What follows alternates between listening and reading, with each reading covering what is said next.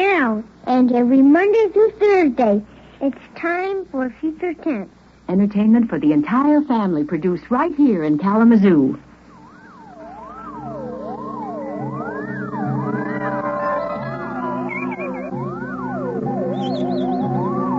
Join us now for a voyage into another dimension.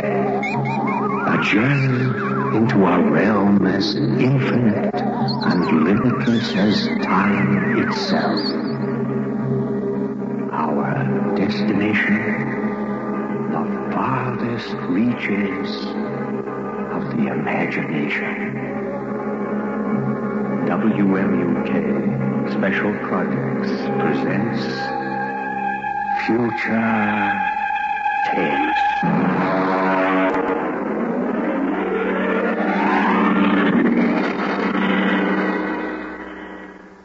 A Pail of Air by Fritz Leiber.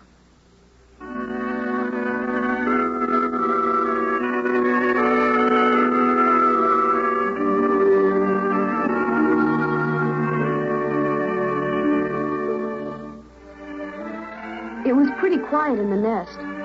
Pa was just sitting by the fire, staring into it like he does these days. And Ma was asleep. Well, that's why it was so quiet. Ma has some pretty bad times when she just screams and screams and huddles back against the blankets that line the nest. Sis was looking at herself in the mirror that hangs next to the bookshelf. I don't know what she finds to look at so long, but then she's a girl. She just looks at herself. Saturdays, when Pa puts a couple of extra lumps of coal on the fire, we take a bath. Sis looks at herself in the mirror, and sometimes she cries. I dropped the book I was reading. I guess I woke Ma. Come back, hasn't it, Alfred? It's come back. Oh, it was just Bud. He dropped a book. Oh, but it's come back. Why, it's out there now, isn't it? I feel a lot warmer. And now Ethel just... It's up there in the sky.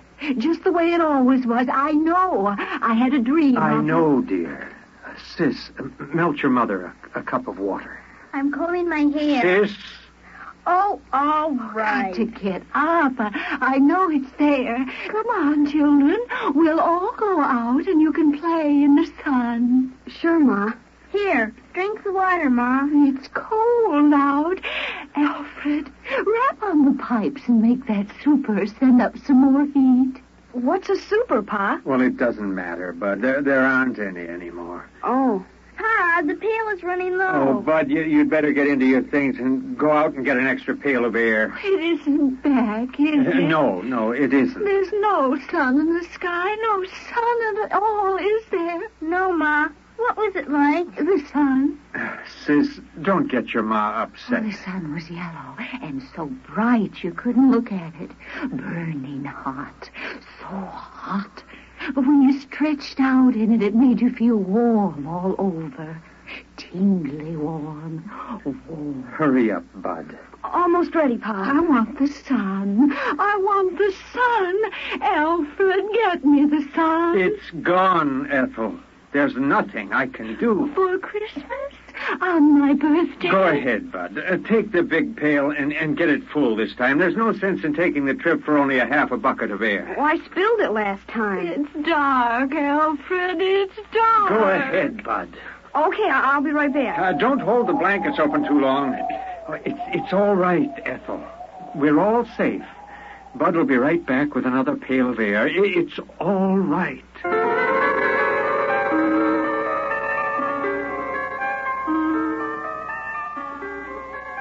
I went through the 30 or so blankets that Pa hung up to slow down the air escaping from the nest.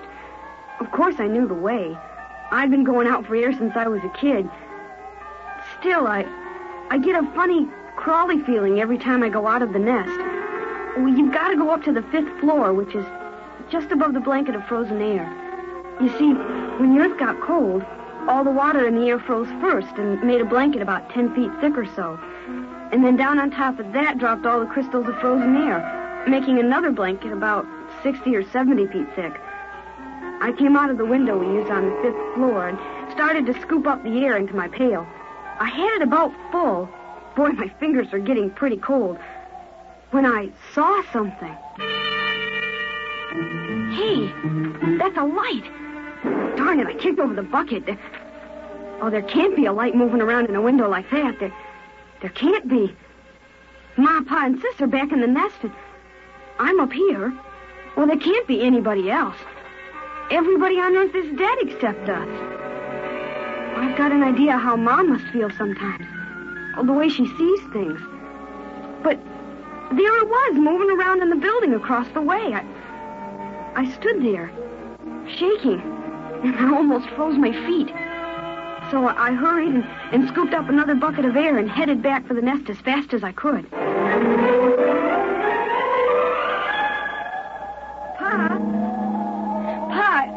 I saw something. Oh, go on. Hang up those outside clothes up by the fire. Pa, I saw something. I did.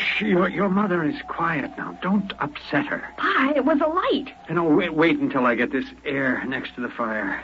Shall I put on another lump of coal, Pa? No. The oxygen from this bucket will get the fire up when it begins to melt. Here, there. Pa, I'm trying to tell you. I saw something up there, a light. There are lots of lights. Stars. I know what a star looks like, Dopey. They're big, steady white lights in the sky. Well, this was down here in the building. What is it, Alfred? Alfred, what is Oh, it? nothing, Ethel. No. What is all this about, Bud? Well, first I thought it was a lady. A young lady. I mean it. Well, like in those old magazines. I thought I saw it in a window. But then all I saw was a light. You watched it for some time, son? Long enough for it to pass 5 windows and go to the next floor. And it didn't look like stray electricity? No, Pa. I know what that looks like. Or a star reflected through an icicle? Pa, honest. I never saw anything like it before. Well, all right. I'll go out with you, and you show me. No, Alfred. You can't go and leave us alone. Not both of us. It's all right. We'll be right back. Oh, there's something out there. I've always known there was something out there waiting to get us. Hand me my glove. Something that's part of the cold. Hates all warmth. Wants to destroy the nest. It's been watching us all this time. Now it's coming after us. It'll get you, and then it'll come for me. Oh, don't go. Alfred, please don't go. Everything will be all right. Now, Sis. Yeah, Pa? Now, you come over here and watch the fire. Now, you keep an eye on that air, too. Now, if it gets too low or if it doesn't seem to be boiling fast enough, you get another bucket behind the blanket. Please don't go. I'll take care of it, Pa. Could there really be anyone out there? Well, I don't see how. We heard the last radio voices the year before Bud was born. There hasn't been anything since then. Then what could it be? Well, I don't know. Probably just a reflection. An ice crystal cracking. Oh, come on, Bud.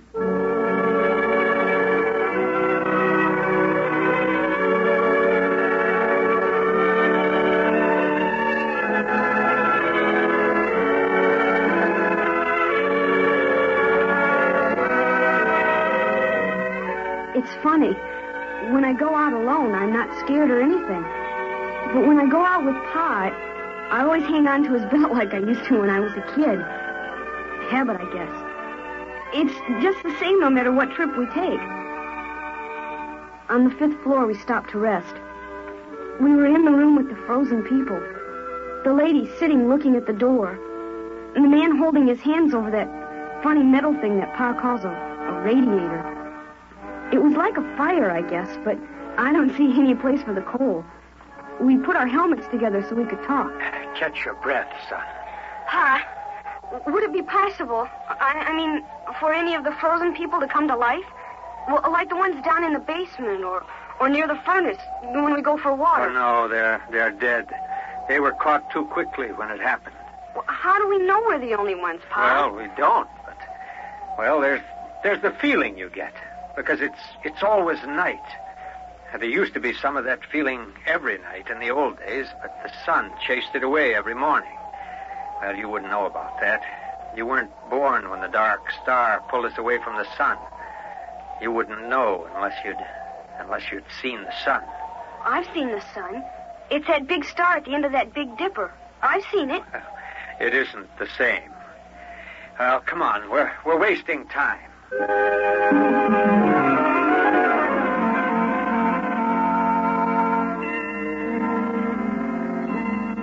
I don't know what the city looked like in the old days, but now it's beautiful.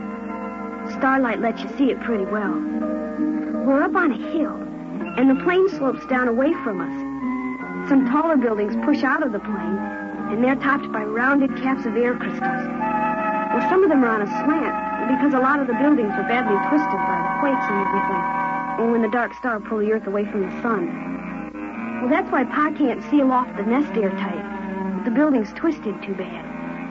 Besides, we have to keep the chimney open. We touched our helmets together so we could talk. Was that where you saw it, son? It isn't there anymore. Uh-huh. But it feels different. I mean, as if there's something out here, waiting. Bud, if you see something like that again, don't tell the others. Huh? Why not? Well, your ma's sort of nervous these days, and we owe her all the feeling of safety we can give her. Once when your sister was born, I was ready to give up and die. But your mother kept me trying. Another time, she kept the fire going a whole week all by herself when I was sick. She couldn't do that now. Well, not the way she is. You know the game we sometimes play, tossing the ball around? Well, courage is like a ball. A person can only hold it so long, and then he's got to toss it to someone else. And when it's tossed your way, you've got to catch it and hold it tight. I hope there'll be someone else to toss it to when you get tired of being drained. Yeah, I guess so. Well, come on. We'll fill up the pails and get back. But what about whatever it is out here? Well, we'll just have to wait and see. Come on, before the helmets frost over.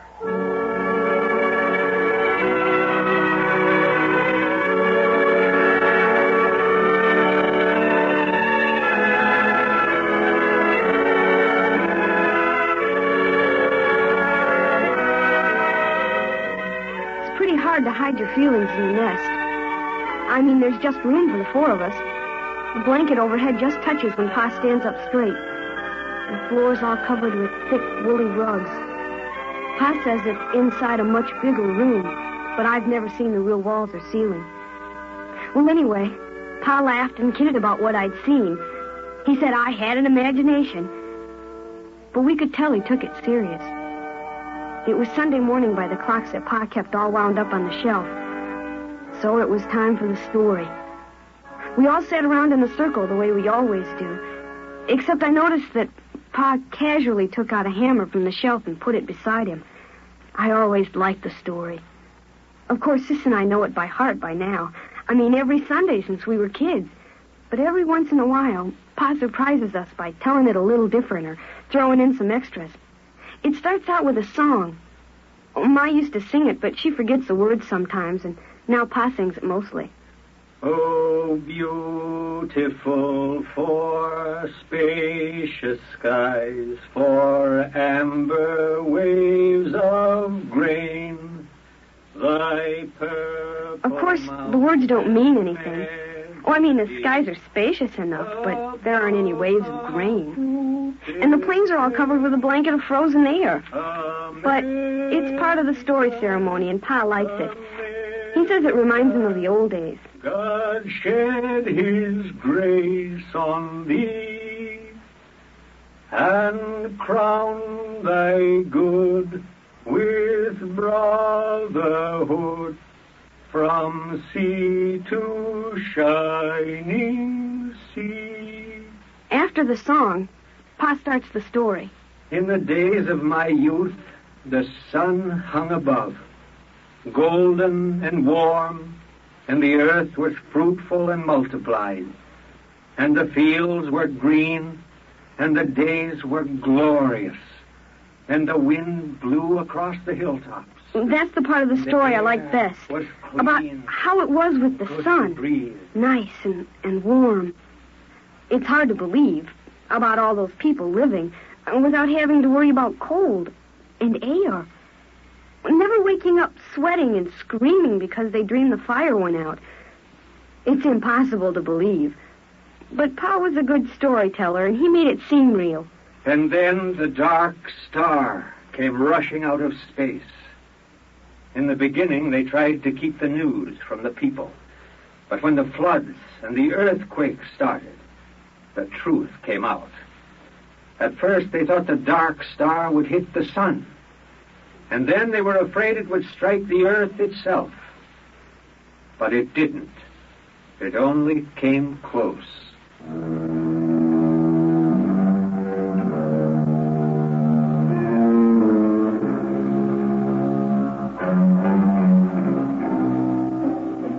Pa tells it like the sun and the dark star fought for the earth like two dogs over a bone. Well, I know what he means, because I've seen a picture of a dog in a magazine. And then the dark star won and carried us off. But the sun kept the moon. So there were earthquakes and floods. Pa says that mountains fell and oceans slopped over. Oceans. Well, that's a lot of melted water lying around loose. It's hard to imagine, but Pa says it was so. Then came the open question time in the story. Sis asked a question about what girls wore for clothes. And I asked Pa how people acted in those days, when the earth was twisted and jerked almost apart. Well, Bud, I was too busy to notice much. A friend of mine, Dr. Wisegrove, and Kelly, the geophysicist, and Walters, the astronomer, we knew what was going to happen.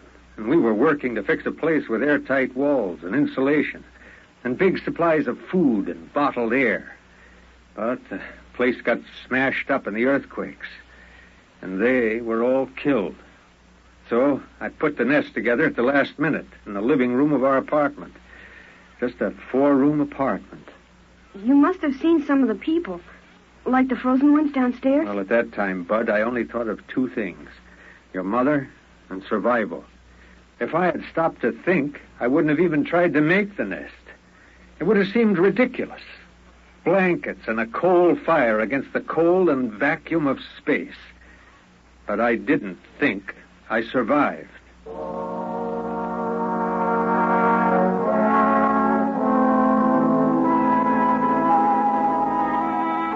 I wasn't listening carefully as Pa went on about the building of the nest. I kept thinking about something else. About that light I'd seen outside. I kept asking myself, what if the frozen people were coming to life? Well, what if something were coming from the dark star to get us? Something making the frozen people move. Well, that would fit with what I'd seen. A young lady's face on the moving light. I sat there and shivered, thinking of the frozen people with minds from the dark star. Creeping, crawling, snuffing their way to the nest. And then, over beyond the blankets, I thought I heard a tiny noise. So I asked myself then, what's the use of going on? Why prolong a doomed existence of hard work and cold and loneliness? The human race is done. The earth is done. Why not give up? I asked myself. And then I did hear the noise, louder this time. And then I got the answer. The earth has always been a lonely place, millions of miles from the next planet. No matter how long the human race might have lived, the end would have to come some night.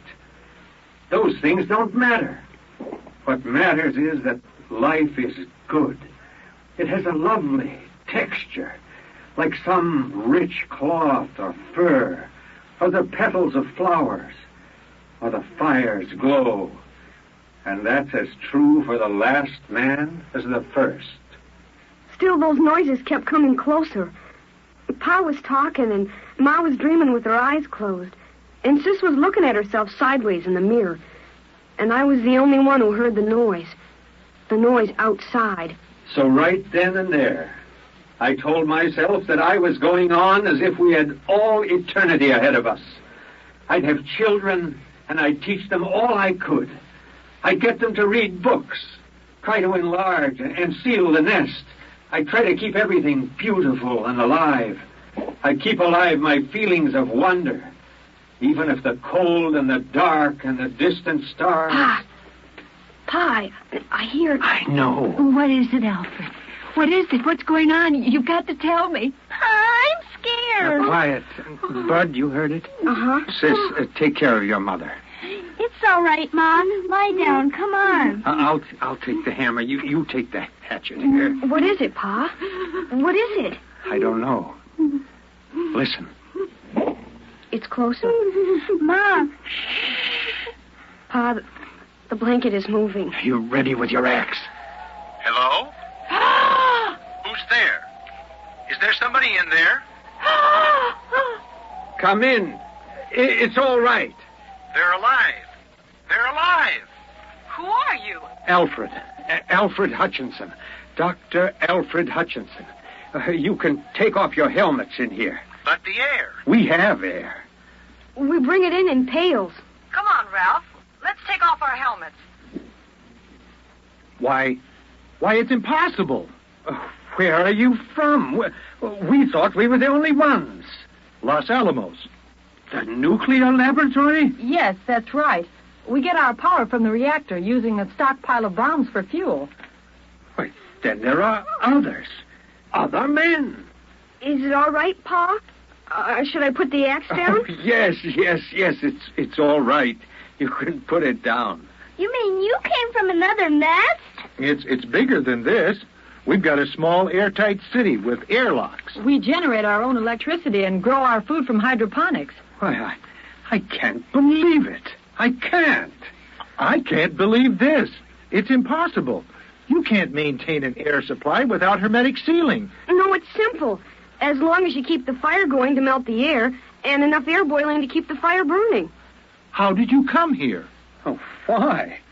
Well, we keep scouting around for survivors. There are a number of colonies.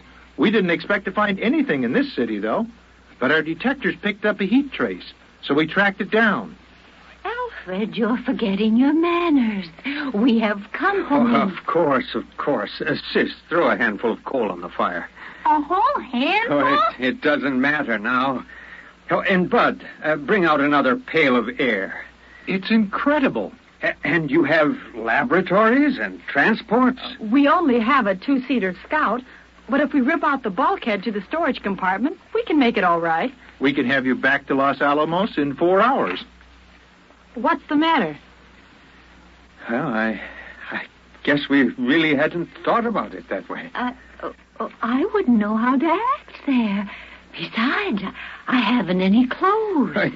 It just doesn't seem right to let this fire go out. It's been 18 years, burning every minute. But you can't stay here. Ralph. But after all... Ralph.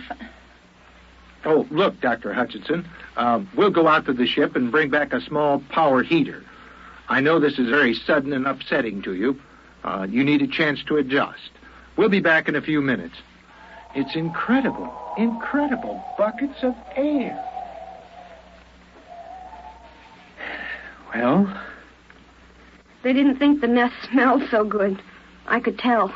She had a wave in her hair. Did you see that? And lipstick.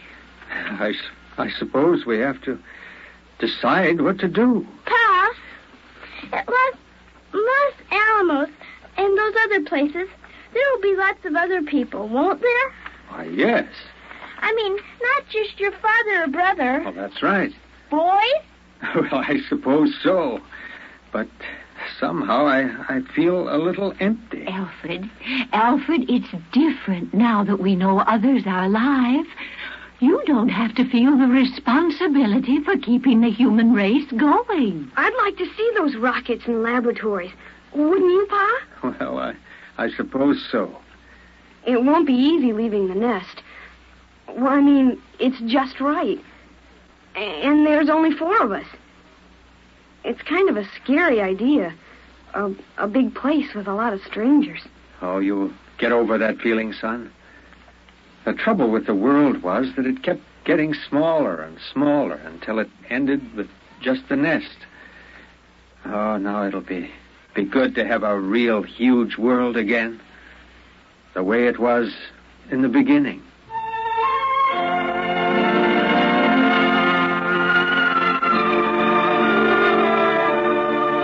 And so we're going to leave the nest in the morning by Pa's clocks.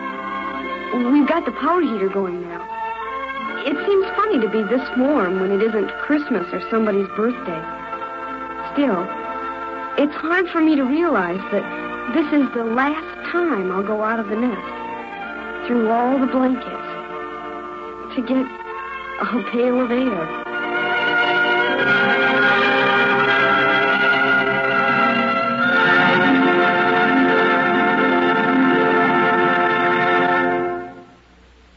WMUK Special Projects has presented A Pail of Air, written by Fritz Leiber and adapted for radio by George Leverts. Pat Pulano was featured as Bud, with Mark Spink and Peg Small as Alfred and Ethel Hutchinson. Others in our cast were Roy Beck, Rita Gillespie, and Colin Bailey.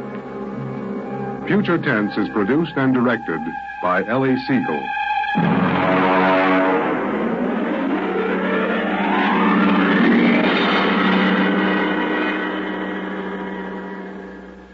Next on Future Tense. I didn't know whether she was bluffing about the electric charge, but the revolver looked real enough, so I stripped and changed into the other clothes. The shoes were a little too tight and pointed. The collar of the shirt was too stiffly starched and too high under my chin. The suit was too narrow at the shoulders and at the ankles. I remember my father had a suit like that, the same shiny blue serge. All right. In your pocket, you'll find a set of envelopes. You'll find a set of instructions in each. Follow them carefully. I don't get it. You will. Use the envelopes in the order they are arranged. Hey, what's this all about? Mr. Weldon, I meant it when I said this could be of benefit to both of us. There's no use explaining anything. You'll find out, and don't try to escape. It can't be done. All right? Now the field generators are ready. Look, Miss Roberts, this is absolutely... Just follow instructions, Mr. Weldon. This is Gerard McLeod inviting you and your entire family to join us every Monday through Thursday at this same time for Future Tense. Be sure to listen.